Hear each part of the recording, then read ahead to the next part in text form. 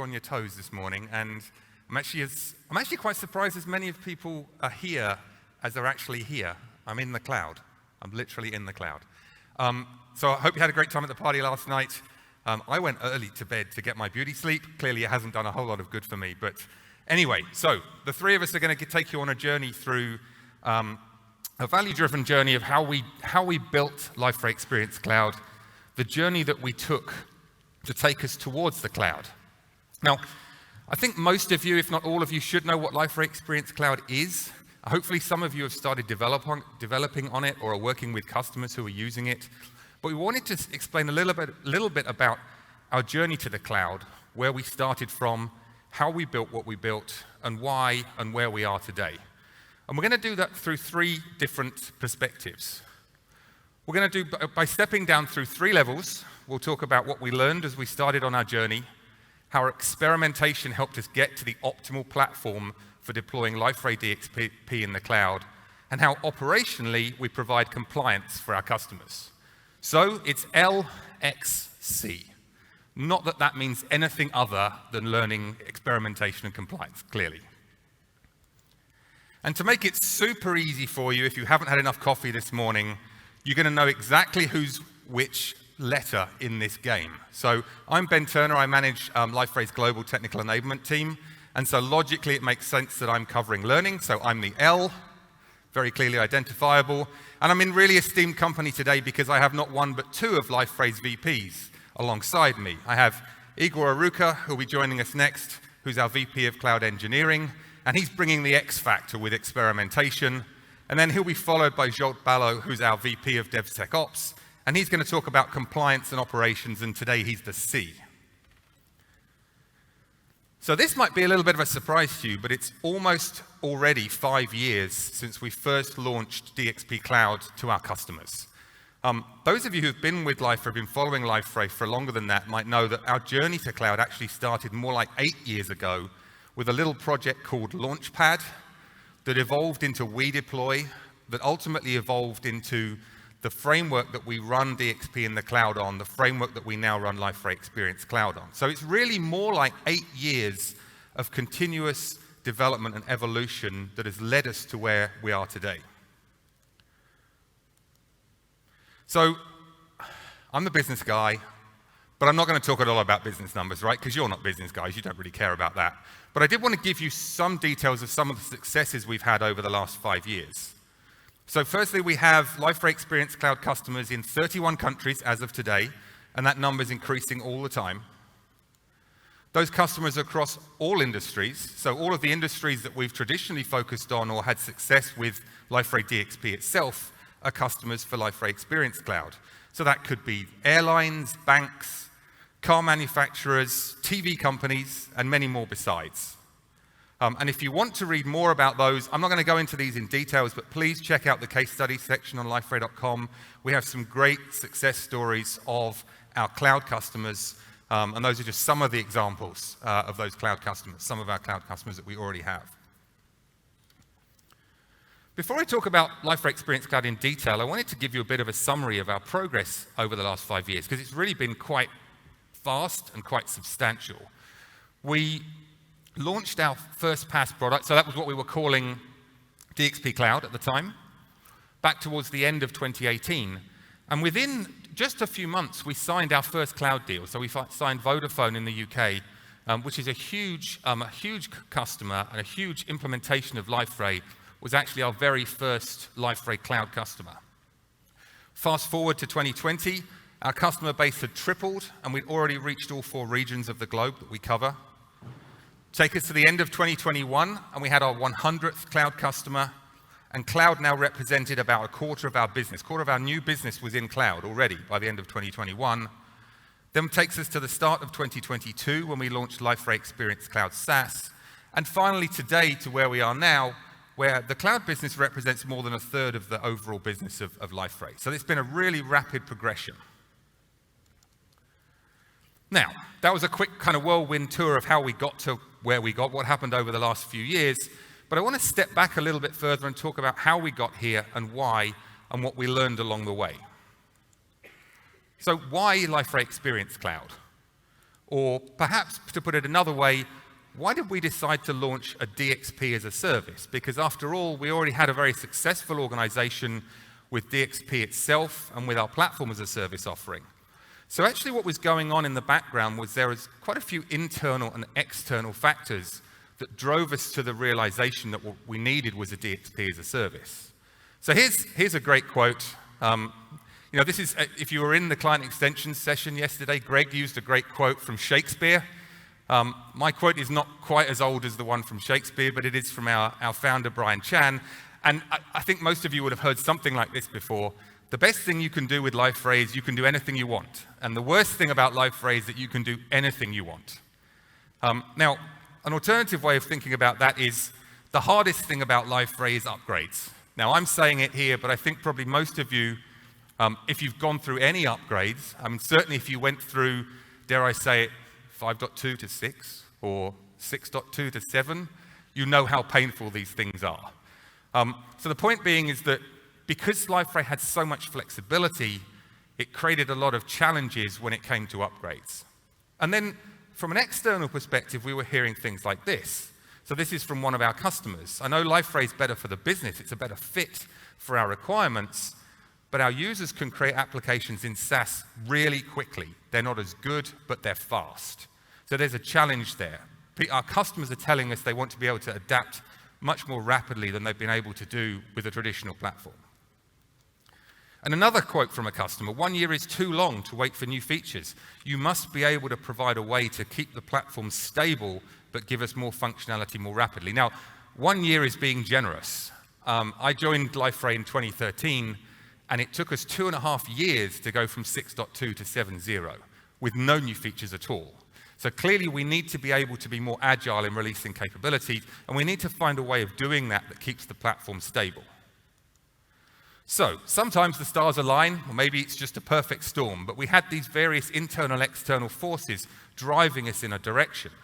So customers need the convenience of SaaS, but they want the flexibility of a full digital experience platform. They can't afford to wait a year or more for new features, but at the same time, they don't want those new features to destabilize what they already have.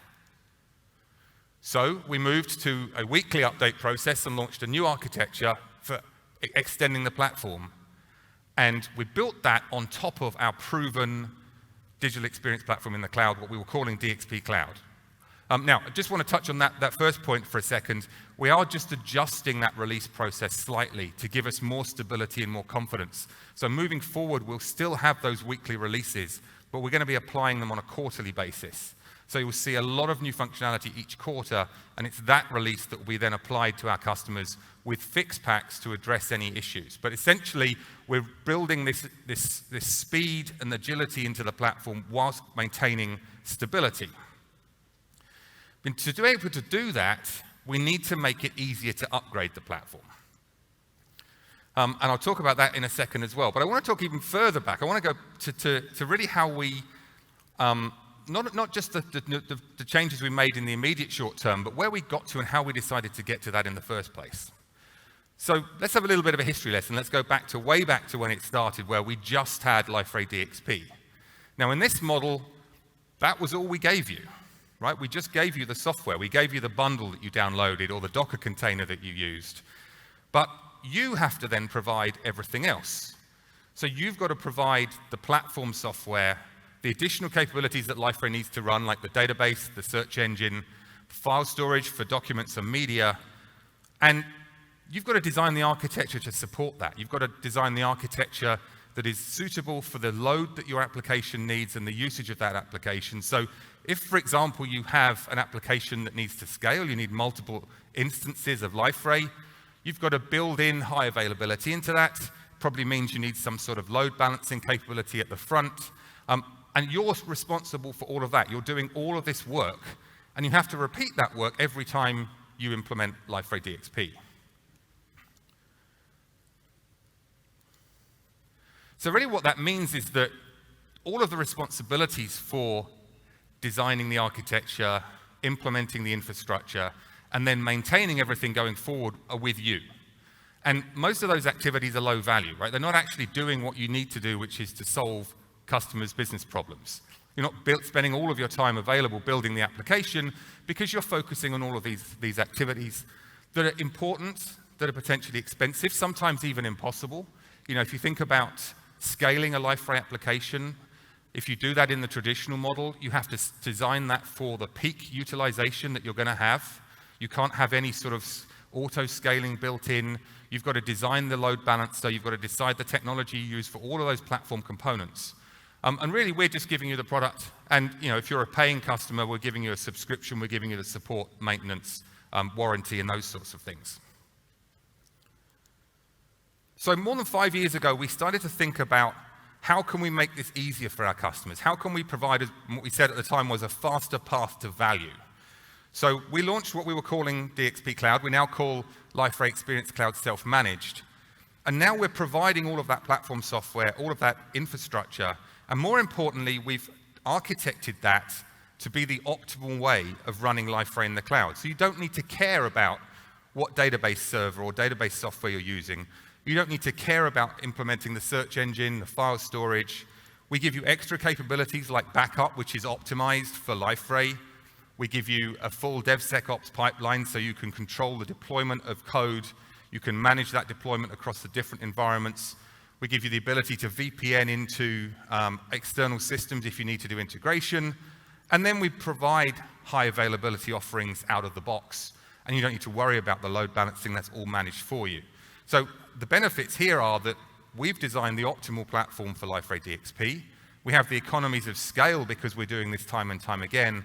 And it means that we've shifted a lot of the responsibilities away from you, away from the customer, and we're providing that for you. And we're doing things that are otherwise difficult, expensive, or potentially even impossible. So we provide you auto-scaling. So now your customers only need to buy enough Liferay instances to support their base load, and then they can automatically scale to deal with peaks. We're doing things like failure detection, so that if there's an issue with a server, we're automatically rolling over to a new one. We provide you an uptime SLA of 99.95% on that infrastructure. So we're giving you a huge amount of benefits. But at the end of the day, you're still responsible for some of the things that are the most painful. All of that day-to-day activity, like applying patches, doing troubleshooting, the things that are really painful, like applying updates and doing upgrades, is all still on you. So although we're providing that platform, you still have to upgrade from 7.2 to 7.3 to 7.4. We're not doing that for you.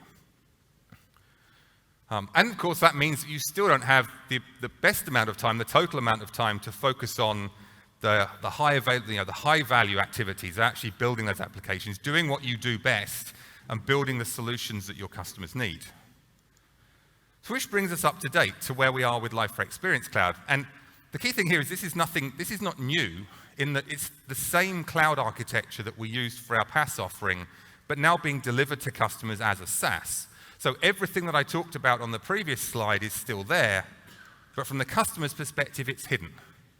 And really, this is a message which really resonates with business people because they don't care about infrastructure. Now, they care about infrastructure. They care that it's running, that it's available, that it's performant, but they don't really need to care about the details of the infrastructure. And that's what we're able to do with Liferay Experience Cloud SaaS. And then at the same time, we're taking away the remaining low-value responsibilities, those things that are really difficult, time-consuming, and all you need to focus on is the application, solving the business problems. And of course, along the way, we're then adding additional value as well, because we're doing we've not just designed the architecture and we have that scalability and the failover detection, we're also providing those upgrades, those updates. We're providing patches. We're doing testing. We're testing issues on production data, copies of the customer's production data. We're ensuring that when we apply those upgrades, those updates, that everything will work. We're doing security testing. We're doing SaaS and DaaS testing. And we're doing this all the time. So we've really taken away the challenging activities, but we've optimized them. We've made them scalable. We're using our economies of scale to give that value to all of our customers. The last thing I want to make really clear, and I think we've said this as well a few times, is that sometimes when we talk about SaaS, people think about turnkey applications, and that's not what we're doing with Liferay Experience Cloud SaaS. It's the full DXP that you've always had available to you just running in a SaaS-based deployment model. The elephant in the room then is, well, okay, fair enough, you do this every week. How do the weekly updates not break things? And of course, to solve that, we've invested in this new customization approach. I know pretty much all of you were at the Client Extensions 101 session yesterday. I know that because there was literally nowhere to sit. So in the traditional model, as you all know, you made direct changes to Liferay by writing code. You could do anything you want, but you deployed those OSGI modules into the Liferay core, and they changed effectively the server. And it was that was causing a lot of the issues with upgrades. So with the new approach with Liferay 7.4 and Liferay Experience Cloud, you don't touch the core, you only write code. And when you write code when you need to write code, that is loosely coupled. That's clean separation from the Liferay core, meaning that we can do the upgrades successfully. So I'm not going to go through this in great detail. I know a lot of you were at the session yesterday. Really what we're doing is freeing you. You no longer need to be focused around Liferay development and understanding OSGI and Liferay's back end. You can use the technologies, the languages you like to build the customizations that you need to solve your customers' business problems. And this is our preferred approach for development for all deployment strategies for Liferay. So we want you to use this approach, even if you're running Liferay self-hosted or you're using our PaaS offering. And if you're using Liferay Experience Cloud SaaS, this is the only way to extend Liferay. So we really need you guys to help us because we need to understand where there are gaps, where there are things that you've been doing in the past with OSGI modules that you can't find a way to do today, because we want the platform to be as extensible and customizable as it's always been. So if you want to learn yet more about client extensions, we have our deep dive with Greg and Ray, 11:50 today. I strongly recommend spending some time to learn more about client extensions with the two of them. And on that note, I will hand it over to our very own X-Man, Igor Arouca. And thank you very much so far.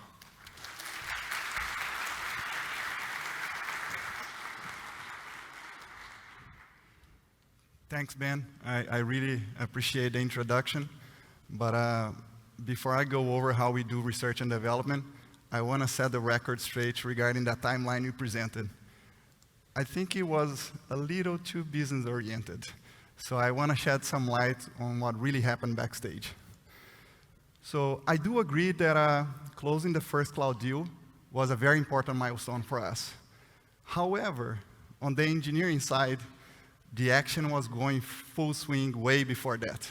So we started in Q1, in Q3 2018, we were already migrating our internal systems to the new platform. And that proved to be a very invaluable experience to us. As they say, you got to drink your own champagne, right? So it was so important that in Q4, we were already making our first major upgrade to the platform. We realized that the way for us to scale our operations was to move to a managed Kubernetes service. And then when the business team closed the first deal, we already had our eyes set on the true target, right? Helping the customer go live. And I'm happy that the team delivered. Moving on to 2020, as Ben mentioned, we had crazy fast growth. And while the business team was celebrating the 100 customer, we were celebrating our 15th Kubernetes cluster. And then came the SaaS launch. And the story kind of repeats itself, right? We were making preparations before that, looking at ways for us to simplify our platform, because SaaS was really pushing us to be creative and more efficient with our operations. And then if you fast forward to today, we're still measuring our expansion from two different perspectives. The business team continues to track the advancement of cloud deals, and we on the engineering side, we continue to track the scalability of our infrastructure and operations. Okay, so talking about expansion, I want to show you where we stand today in terms of global coverage. We are in 13 regions distributed across the globe, but we're not done expanding yet. So still this quarter, we received a lot of requests from customers, and we're going to add an extra dot to our map. So I'm happy to announce that we're going to open our first region in the Middle East, starting with Doha, Qatar. Yes. Yes. Yeah, I'm very excited too. But that's not all. Coming in Q3, we're adding a second region. So, and this time it's going to be Dammam, Saudi Arabia. So I can't wait to see what our customers are going to build over there. And I want to take the opportunity to say that we couldn't have done this global expansion without the aggressive investments that Google has been doing.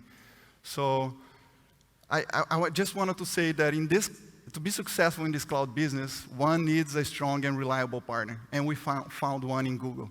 So I wanted to invite you all to stay tuned for the next session. They're going to present some of the reasons why we chose them to be our official cloud provider. Okay, so now that you know where we sit in terms of global distribution, I wanted to show you some platform numbers. So starting on the top left, we already, cloud customers already represent 15% of our total customer base. And that translates into the following footprint. So we have 41 Kubernetes clusters, large clusters, running more than 3,000 pods, which are consuming more than 6,000 virtual CPUs, 23 terabytes of RAM, and almost 400 terabytes of storage data. It's amazing the scale that we reached. And I'm also like to share the statistics. We had a customer that went live in a week. So it is really working for us. And we also have 4 nines of uptime. At the bottom, I added some numbers here from the previous 12 months just to show that we continue to invest in our platform. So we had 9 R&D projects with more than 2,000 man-hours. That's the equivalent of 4 engineers dedicated for a full quarter. We closed more than 1,700 support tickets, and we fixed more than 800 bugs. So we are continuously investing, and that translates to the adoption that we're seeing. So we have more than 13 monthly active users of our cloud console. So we have our past customer base. We see that the users are using our console on a daily basis. More than a third of our customer base, they use our console on a daily basis. And they do that to check things like activities, deployments, and backups. Okay, so you might be wondering, how did we get here?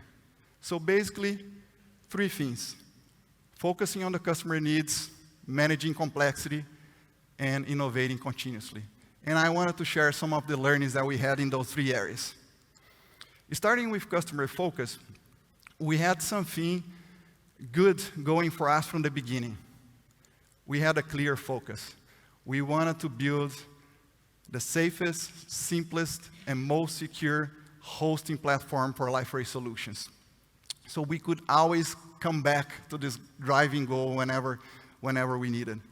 So with our first cloud offering, we were playing in the DevOps space, right? We're trying to help customers manage the life cycle of their applications.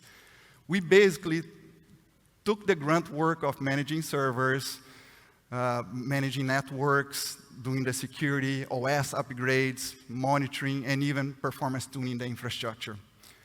And we were continuously validating our assumptions, leveraging tools such as customer surveys. As you can see in the screenshot, this is a journey map showing customer satisfaction across the life cycle. So we were gradually progressing from targeting a functional platform to building an enjoyable experience for our customers. But this is not the happy ending to the story yet. As you guys know, scale brings complexity.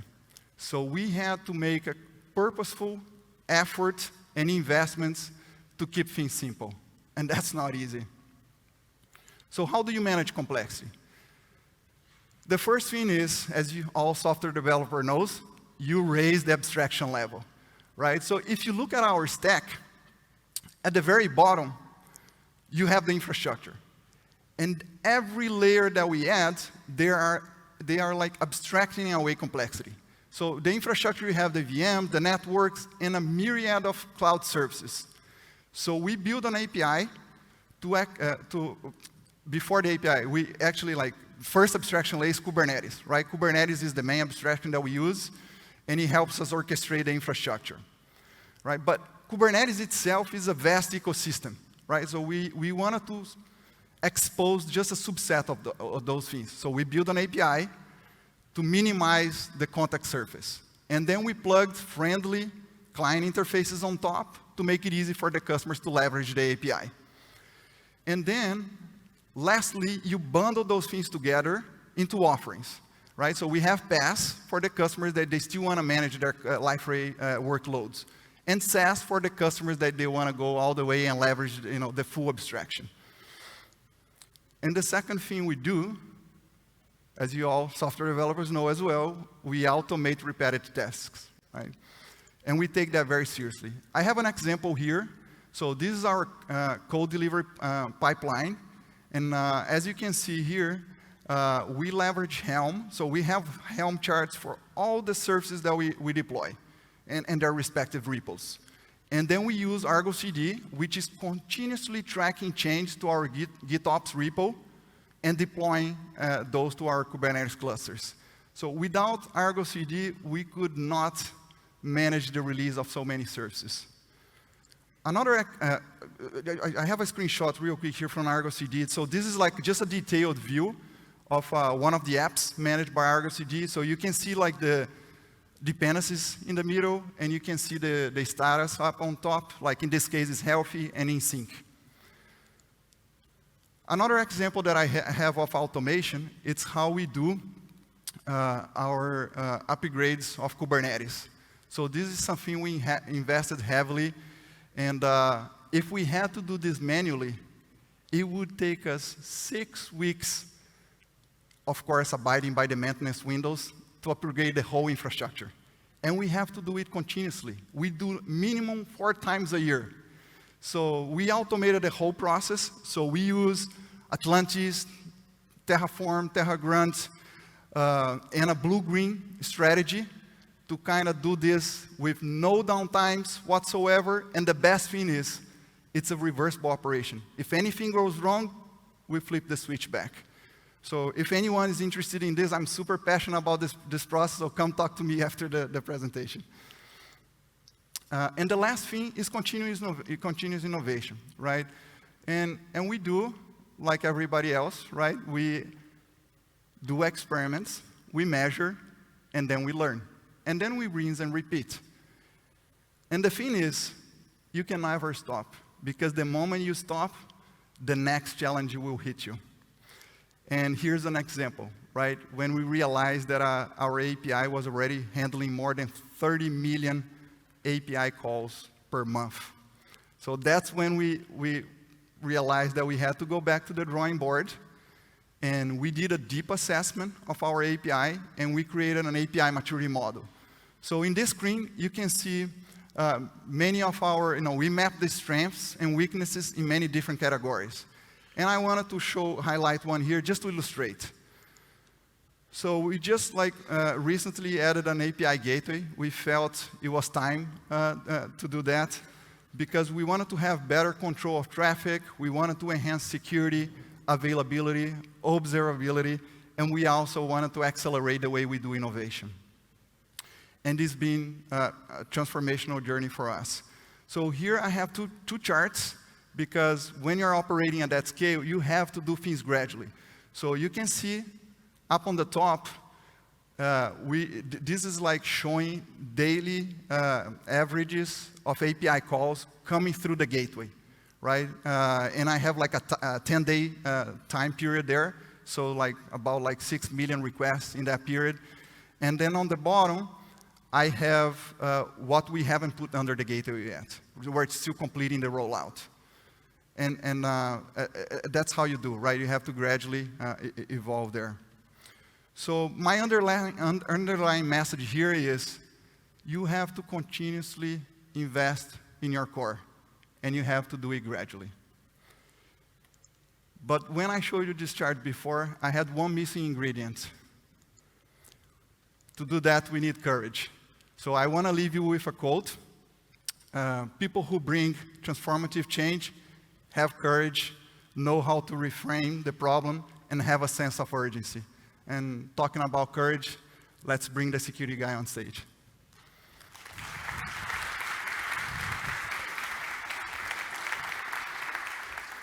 Thank you, Igor, and thanks for talking about courage. I have to stand here on the stage at Devcon and talk to developers about compliance. So if you're talking about courage, I hope that you take that I really have to take all my courage to speak to you guys here and then explain what we are doing on the compliance and on the security side.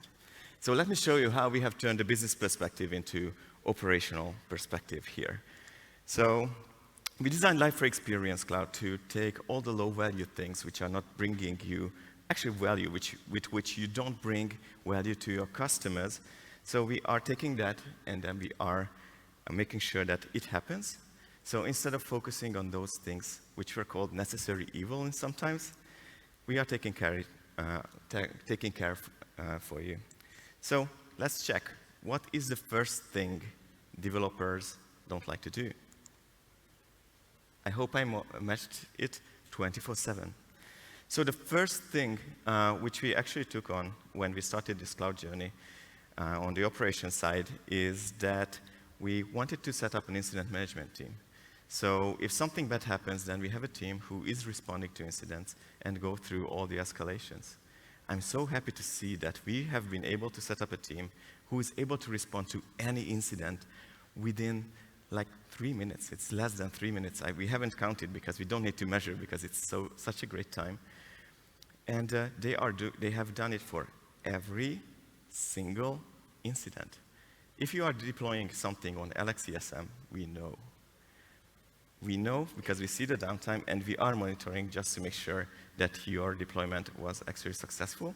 And then we can help you if something bad happens.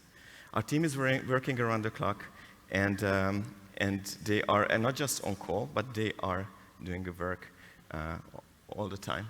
And then, when you have the incident management team, you need to have the escalation paths all available for you. So we need to have SREs in place, we need to have the XP experts available all the time, and then we have Kubernetes magicians waiting for our call to pick up when something goes really bad. And then we need to have security operations to be able to understand the threats we might actually have. And then you also need to think about backup accesses, so when there's a disaster, then the secret, ultra-secret credentials could be given out. And then the last thing which I wanted to mention is that we sometimes need data privacy experts on the call. Let me explain why. So Liferay was a traditional software company. So when we were developing the XP, and then you open the support ticket, and then we had to have the database. We were like, no, don't give us the private data. We don't want to deal with that. But now, with LXC says we cannot do that. So we need to work with the data, and we need to be the processors. And then I wanted to run a quick query. Who knows Max Schrems here in this audience? Okay, most of the people are really lucky. I spent my 2 years thinking about this. So basically, Max Schrems is actually protecting GDPR, making sure that GDPR is actually followed word by word. And then he actually questioned how data can be moved from EU to the US. And basically, EU, GDPR requires privacy, but US requires surveillance. So the US law requires that authorities can look into the data. So these two are totally incompatible. So we actually have to figure out how to make sure that if we have engineers in the US, that they don't see the European data, and there are more regulations worldwide. What's Liferay's take on this? I was thinking how to illustrate it for developers, and when I looked at this woman and her face, it was like totally showing me. So Liferay is very strict about this, and we are very strict because we want you to be able to use LXC SaaS anywhere in the world in any industries. And I'm saying that we are very strict because we are seeing that when we are trying to have new vendors to help us with various things like security, we need to be extremely selective. a lot of companies cannot really give us like a happy path or good contract which we can sign. And just imagine that just to find a compliant SMTP provider, we have spent 6 months. Just to find an SMTP provider so we can send out those registration emails because those contain private data. So going back to 24/7, what else do we need to do in order that you don't need to wake up during the night and then you can safely run your service? You need to be able to be protected against DDoS and general DOS attacks. So on the GCP ingress level, we have layer 4 DDoS protection, so that's pretty neat. But then on LXC SaaS, we could actually add Google Cloud Armor with AI. What does this mean? Imagine that there's a huge botnet targeting your site, and then you need to be prepared. But at the same time, there's a huge volume of requests are coming in, so the logs are like just going through, and you need to filter out what is the real request and what is something that you need to block because they are just trying to take the site down. And this is where Cloud Armor AI helps, and this is our first approach to AI ops, because with this, Google Cloud Armor finds the pattern and then gives us a recommendation what to apply. In short, we have robots fighting robots, and this is the new world, and I'm so happy to see that we are able to evolve there. We also have web application firewall and filtering out the OWASP top 10 rules, and what our focus is that we are fixing issues in the XP, which are not real issues, but then the filters are too happy to catch anything which contains index and other things. So we are trying to avoid using those keywords. So when you are installing your own web application firewall on-premise, then you will have less friction. But still, it cannot be perfect. People living on the street in Paris can tell you that they cannot really feel any form if they are going through a proper web application firewall. Next thing which we had to do is basically building out self-aware containers. Because if Liferay has some issues or it's overloaded, then we had to make sure that we can actually restart properly. And we are not just trying to do some stuff on the Kubernetes level, but actually Liferay is aware of what is happening to it. And we actually made sure that we are avoiding split brain issues by using this feature, because then we have implemented some startup locking, and this is available on our Docker images for everyone. We have also had some incidents where we just saw that Liferay stopped responding, and then we didn't know Kubernetes restarted, everything was solved, there was no downtime, but we still had to figure out what was causing the problem. How do you solve this when you see nothing in the logs, just a container restart? So the way we solved it was that now the container does thread dumps whenever it's not responding. So with these things, we can make that happen. And now, with these things, you can have your weekends back.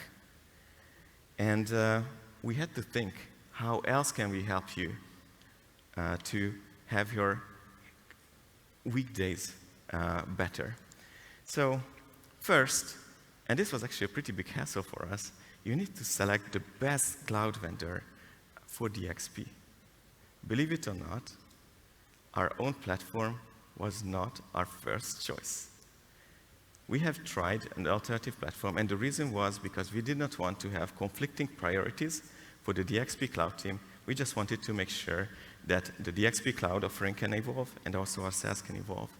But then we quickly realized that we have a lot of things for granted in the DXP cloud, which we didn't have if we were using other cloud solutions. Just let me show you what we had. So we have scalable infrastructure. We have everything out of the box configured. We had the self-healing done. Backups and restores, we had to worry zero about it, while an alternative cloud provider have spent weeks on meetings figuring out how we can do properly backups. So after we had a failed project, because it failed, we took 3 days, and LXC SaaS was running on the XP cloud. So we made a bad decision, but then we changed it, and it actually turned out pretty well. And what else was helping us? You remember the lady? we had all the certifications in place, so we could actually get all the necessary certifications which are required by companies 1 year earlier than we have predicted. Our ISMS is 104 pages long.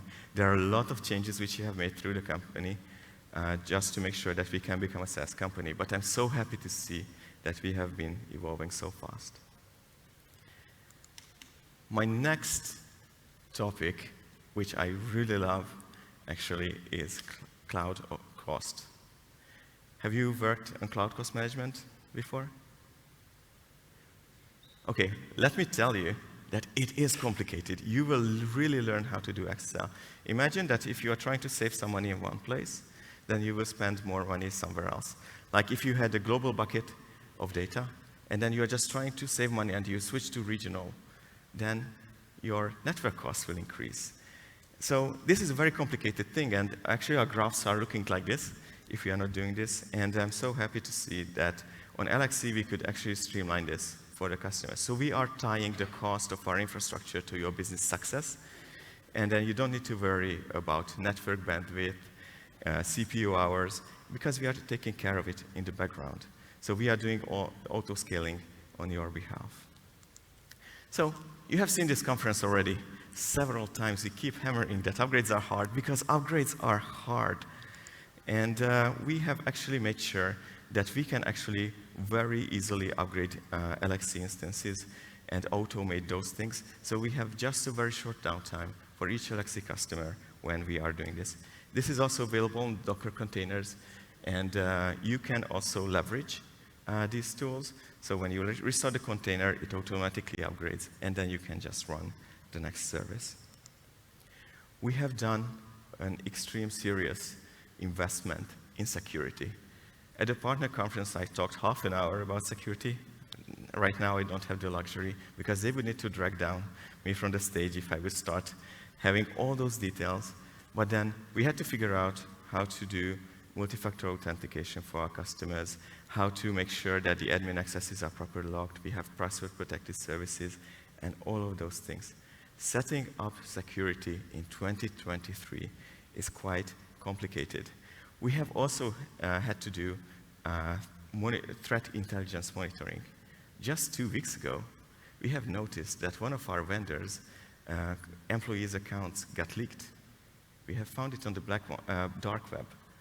And then we actually had to do a full incident management process to figure out that nothing bad happened. Luckily, it was an outdated account. Nobody logged in. We have seen all the logs. And also, it was just one layer of our security broken, because then we had the multi-factor authentication stopping all the attacks which could have happened. And I also have an announcement to make, which might be very important for you here, because Liferay was lacking this area, and I'm so happy to announce that we will have a security bug bounty program from today. So if you are here at the conference, and if you would like to work with us on finding security bugs in DXP, we have a paid program. Please send us an email at security@liferay.com, because it's a private program mentioning my presentation. And then we actually have up to $2,000 bounty per critical security issue. So, in short, security is hard and requires constant vigilance, adaptation, and a multifaceted approach to stay ahead of evolving threats. Thank you for being with us here, and I do hope that you are enjoying the conference.